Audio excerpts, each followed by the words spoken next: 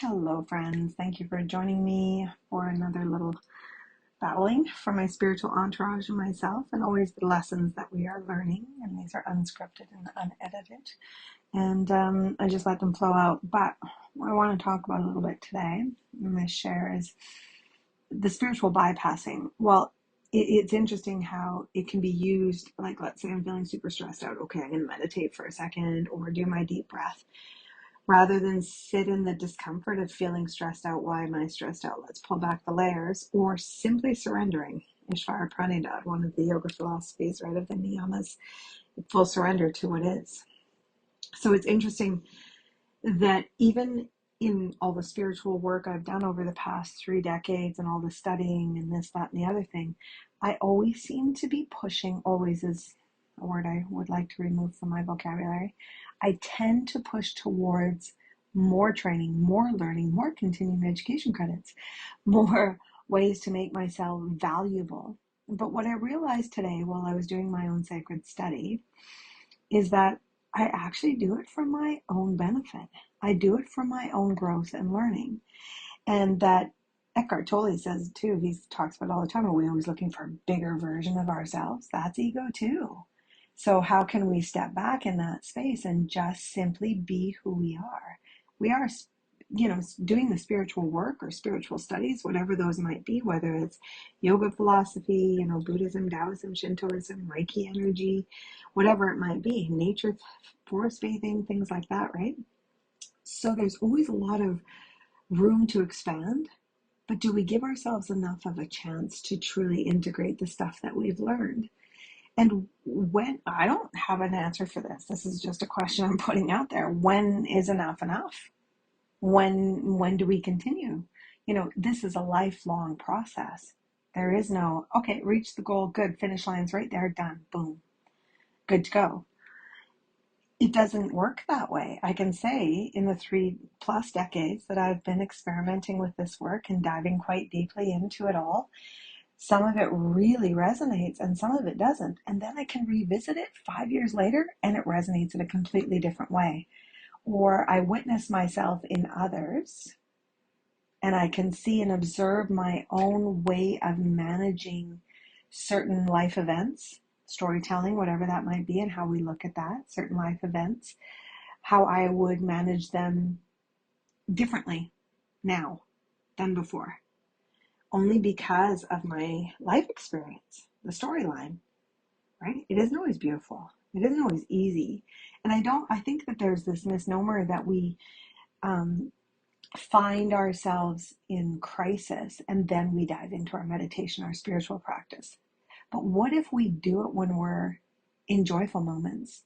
What if we dive deeper when things are feeling inspired and collaborative and part of the collective and that really grand scheme of being, and not even scheme, interesting choice of words, that grand process of being part of the collective, being part of the spiritual community, the universal energy, all of those things. But if we do it in a state of awe and inspiration and collaboration rather than crisis, this is where I'm at right now. So I'm finding those places of micro moments of joy, and then I will open my heart to the breath work to feel those micro moments of joy with more depth on purpose. So in the moments that I'm feeling a bit more stressed as of now, or a little bit confused, clarity, I'm thinking, okay, I've been doing the work for so bloody long now. This should, it should all just be flowing into place and yada, yada. But it doesn't. The pandemic proved that it doesn't. Many things. Other people's actions prove that it doesn't. So it's always this constant, perpetual state of evolution. It's like the kaleidoscope, those little tiny, they used to be cardboard and you'd shift them in the millions of different patterns that the tiny little prisms inside could make, just like life. And again, that can be really exacerbating and like, holy shit, that's a lot, or can be really inspiring in that space of, okay, I don't have to panic about reaching this plateau. I was talking with a friend yesterday about certifications. And I mean, I continue to get certifications to prove that I'm allowed to teach this. Who gives me the authority to teach it, right? Am I not self-authorized in the sense of saying, I've lived this life? Would you like to share experiences together and potentially learn and grow from each other? Whether that's in circle, in classes, online listening to this. Yeah, I think there's room for so much, right? But my current practice is to sit in the discomfort of stress, breathe into it, sure. Really notice and lean into it with love, sure. But not shut it down necessarily. So what I'm trying to do is find the micro moments of joy and amplify those with breath and awareness as well. And it's a very direct practice because it's super different. It's like I do a meditation practice every day, I journal every day, give or take some change. But often we tap into our spiritual, or we pull stuff out of our spiritual toolbox and all the things that we know work to help self-soothe, right? We tap into them when we're in crisis, when we're stressed out. And when we're in joy, we're like, oh, look at that, it's working so good.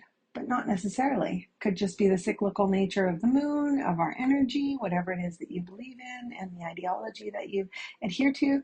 But are we open to listening to other ideas? I am.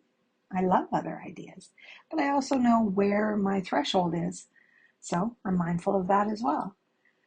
So as we focus into more moments of soft joy, contentment, santosha, it's one of my favorite yamas as well. It's that space of just knowing that we are in it right now and to lean into it even more, right? Not just use it for crisis management, for self-soothing, for going, oh shit, I'm in trouble again, or oh my gosh, I missed that and the other thing. And there we could simply be in what is the Ishvara Pranidhad idea, right? Surrender to what is. Anyway, just a little food for thought. Thought I would share, and like I always say, if what is offered does not resonate, simply keep what is worth keeping. And with a breath of kindness, blow the rest away, friends. It's your life. It's waiting. Live it now.